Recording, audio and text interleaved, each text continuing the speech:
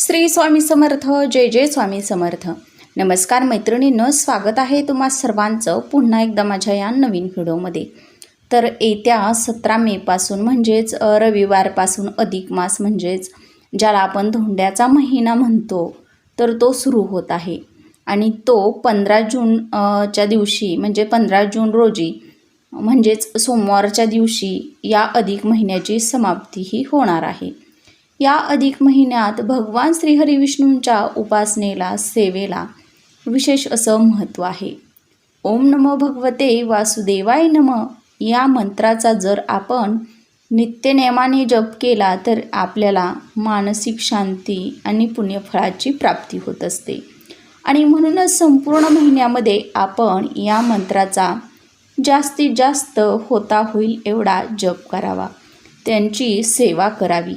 दानधर्म करणं, त्यासोबतच दीपदान करणं हे देखील या महिन्यात खूप शुभ मानलं गेलं आहे. भगवत कथेचं पठण करावं, यामुळे आपली आध्यात्मिक प्रगती होते.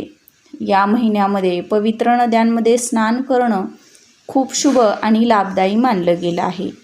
या महिन्यात केलेली कोणतीही सेवा आपल्याला अधिक पुण्यफळाची प्राप्ती करून देत असते.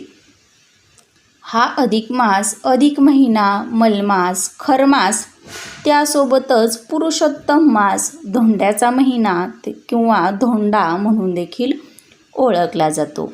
अधिक महिना हा 3 वर्षातून एकदाच येतो.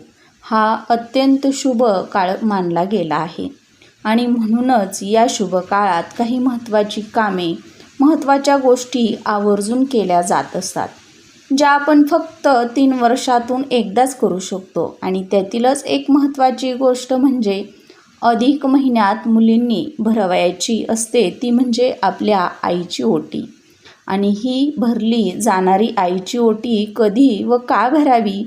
आई नसेल तर ओटी कोणाची भरावी? किंवा आई आहे पण ती विधवा आहे, तर अशा परिस्थितीत मुलीनं आपल्या आईची ओटी भरावी का? त्यासोबतच ओटीमध्ये कोणत्या वस्तू असायला हव्यात?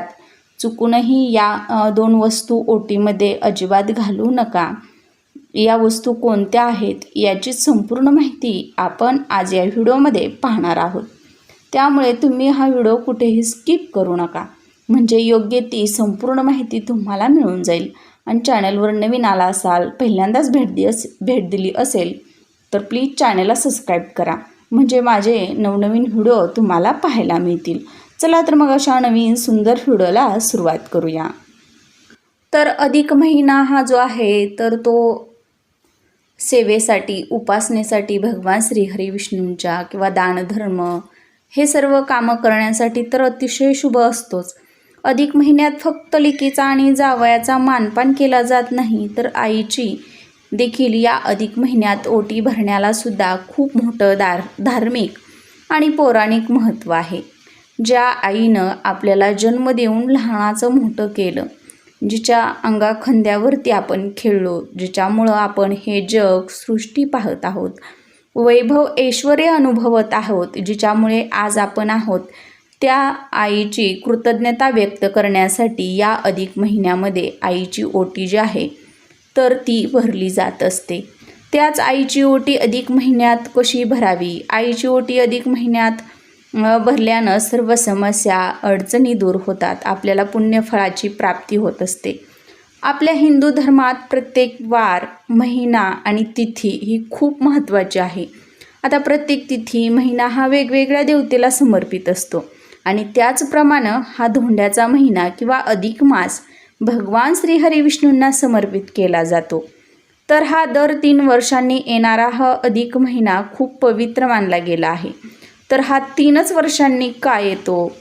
तर आपलं पंचांग हे सौरवर्ष आणि चंद्रवर्ष यावरती असतं. चंद्रवर्ष हे बघा साधारणपणे 354 दिवसांचं असतं, तर सौरवर्ष जे आहे तर 365 दिवसांचं असतं.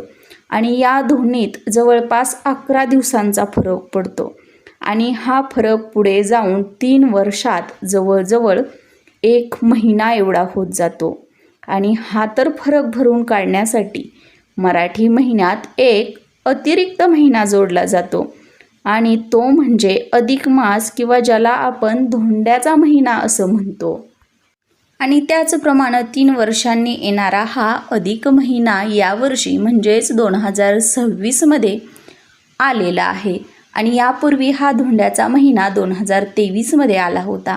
आणि यंदा 2026मध्ये येणारा हा अधिक मास 17 मेपासून सुरू होत आहे आणि त्याची समाप्ती 16 जूनला असणार आहे.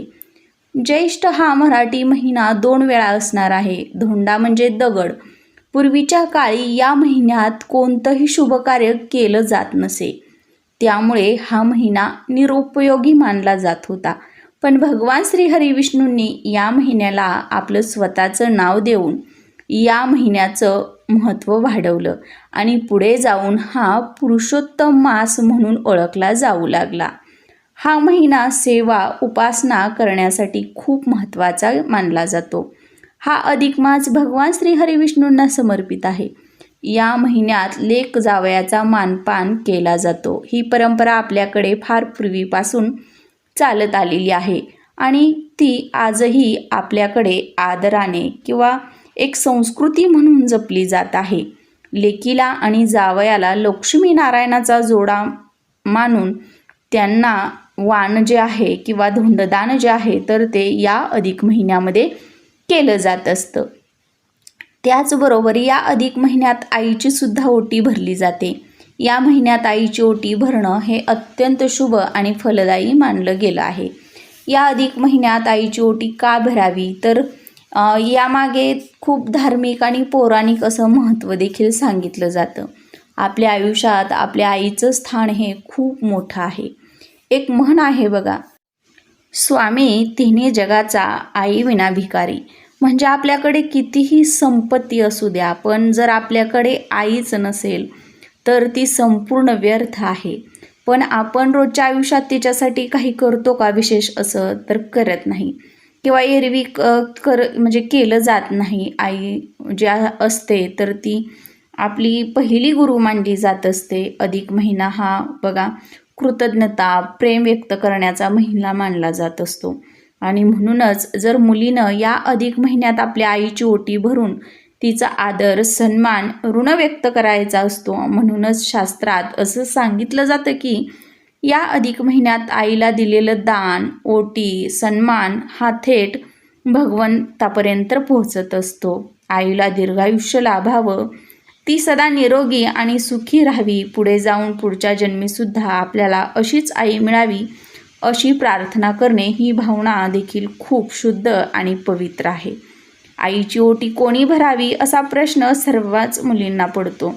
तर विवाहित मुली असतील किंवा अविवाहित मुली असतील तर त्या कोणीही आपल्या आईची ओटी भरू शकतात. अधिक महिन्यात ओटी कधी भरावी तर अधिक महिना सुरू झाल्यापासून ते अधिक महिना संपेपर्यंत कोणत्याही दिवशी आपण आपल्या आईची ओटी भरली तरीही चालते. असा कोणताही ठरलेला काळ किंवा वार किंवा शुभमुहूर्त यासाठी नसतो. पण जर तुम्हाला शक्य झालंच तर मंगळवारच्या दिवशी किंवा शुक्रवारच्या दिवशी ओटी भरणं अतिशय शुभ राहील, कारण की हा देवीच्या उपासनेचा वार आहे. आणि शेवट बघा जी आपली आई असते तर ती एक आपल्यासाठी एक देवीच असते. आणि शेवटी बघा कोणताही म्हणजे काम करण्यामागं किंवा कोणतंही शुभकार्यामागं करण्यामागं जी आपली जी भावना आहे तर ती सर्वात महत्त्वाची असते बघा. शेवटी वेळ ही महत्त्वाची नसते तर आपली भावना ही खूप महत्त्वाची आहे. ओटीत कोणत्या महत्त्वाच्या वस्तू असायला हव्यात तर कोणत्या वस्तूंनी आईची ओटी भरावी, पारंपरिक पद्धतीनं ओटी कशी भरावी ते पाहूयात किंवा याविषयीची माहिती आपण जाणून घेऊयात. जर आई आपली साडी घालत असेल, सहावारी असेल किंवा नऊवारी असेल तर तशी तुम्ही साडी एक छानशी साडी घ्या, सहावारी घ्या किंवा नऊवारी घ्या. ज्या पद्धतीची तुमची आई साडी नेसत असेल तर तशा पद्धतीची साडी घ्या. किंवा जर तुम्हाला साडी घेणं शक्य नसेल तर एखादा छानसा असा सुती ब्लाऊज पीस घ्या. त्यानंतरनं तांदूळ, पाणी असलेला नारळ, सुकामेवा घ्या. आणि त्यामध्ये बघा सुकामेवा जो असतो तर त्यामध्ये 33 बदाम, 33 खारीक, 33 खोबऱ्याचे तुकडे जे असतात तर या वस्तू ज्या आहेत तर त्या घ्यायला हव्यात. कारण की या अधिक महिन्यामध्ये 33 या अंकाला विशेष असं महत्त्व आहे. म्हणून आपल्याला 33च्या पटीमध्ये दान करायचं असतं. सौभाग्याच्या सर्व वस्तू आपल्याला घ्यायच्या आहेत. त्यामध्ये हळदी, कुंकू, कंगवा, हिरव्या बांगड्या, मेहंदीचा कोन, टिकली, 33 अनारसे, 33 सुपाऱ्या या ज्या वस्तू आहेत तर त्या घ्या. आणि आपल्या आईला आपल्या समोर पाटावरती बसवा, हळदी कुंकू लावा, त्यानंतर तांदूळ सुकामेवा घालून ओटी भरून घ्या, साडी खण द्या, आईला नमस्कार करा. या महिन्यामध्ये बघा 33 अंकाला विशेष असं महत्त्व आहे. या आपण बघा ज्या सौभाग्याच्या वस्तू असतात तर त्यामध्ये अनेक प्रकारच्या वस्तू या मोडतात. त्यामध्ये आपण साडी पिन किंवा दुसऱ्या वेगवेगळ्या काही वस्तू असतात तर त्या देत असतो. तर त्यामध्ये आपण टोकदार किंवा धारदार ज्या वस्तू आहेत तर त्या चुकूनही देऊ नका.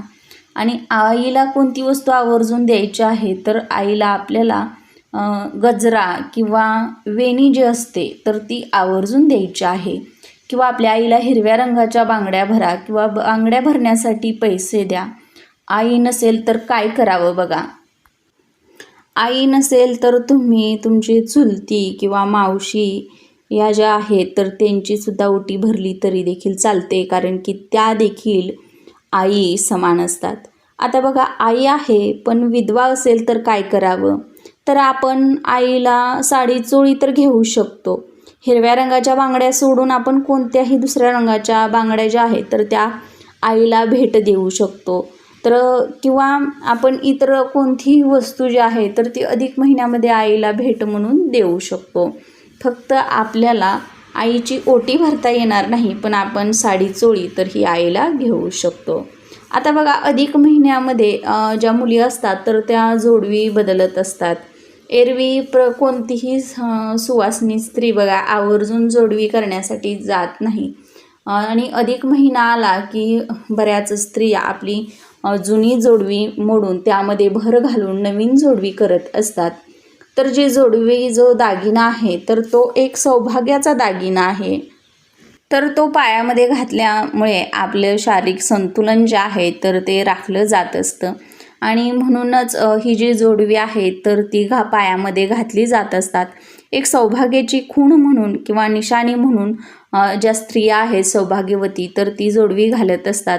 आणि अधिक महिन्यामध्ये जोडवी खरेदी करण्याची जी स्त्रियांची संख्या आहे किंवा स्त्रिया आवडीनं या अधिक महिन्यामध्ये जोडवी करत असतात आणि जुनी जोडवी देऊन त्यामध्ये भर घालून नवीन जोडवी खरेदी करत असतात. तर ही जी जोडवी आहे तर त्या करताना काही चुका आपल्याला टाळायच्या आहेत. जोडवी जी आहे तर ती कधीही सैलसर घेऊ नये, ती घट्ट अशी घ्यावीत. जोडवी घेताना आपल्याला चांदीचीच जोडवी जी आहे तर ती आपल्या पायामध्ये घालायची असतात. चांदी ही आपल्या शरीरातील उष्णता कमी करण्याचं काम करत असतात. आणि बोटामध्ये जोडवी घातल्यामुळं आपल्या नसा ज्या असतात तर त्या दबल्या जात असतात आणि त्यामुळे आपलं शरीराची जी शक्ती आहे, जी एक प्रकारची शरीरामध्ये ऊर्जा निर्माण होत असते. आणि म्हणूनच पायामध्ये जी जोडवी आहे तर ती घालताना नेहमी चांदीचीच घालावी. इतर कोणत्याही धातूची जी जोडवी आहे तर ती चुकूनही आपल्या पायामध्ये कधीही घालू नयेत. जोडवी सैलसर नसावीत, घट्टसर अशी जोडवी आपण आपल्याला अधिक महिन्यामध्ये करून पायामध्ये घालायचे आहेत. व्हिडिओ आवडल्यास लाईक करा, शेअर करा आणि चॅनलवर नवीन असाल तर प्लीज चॅनलला सबस्क्राईब करा.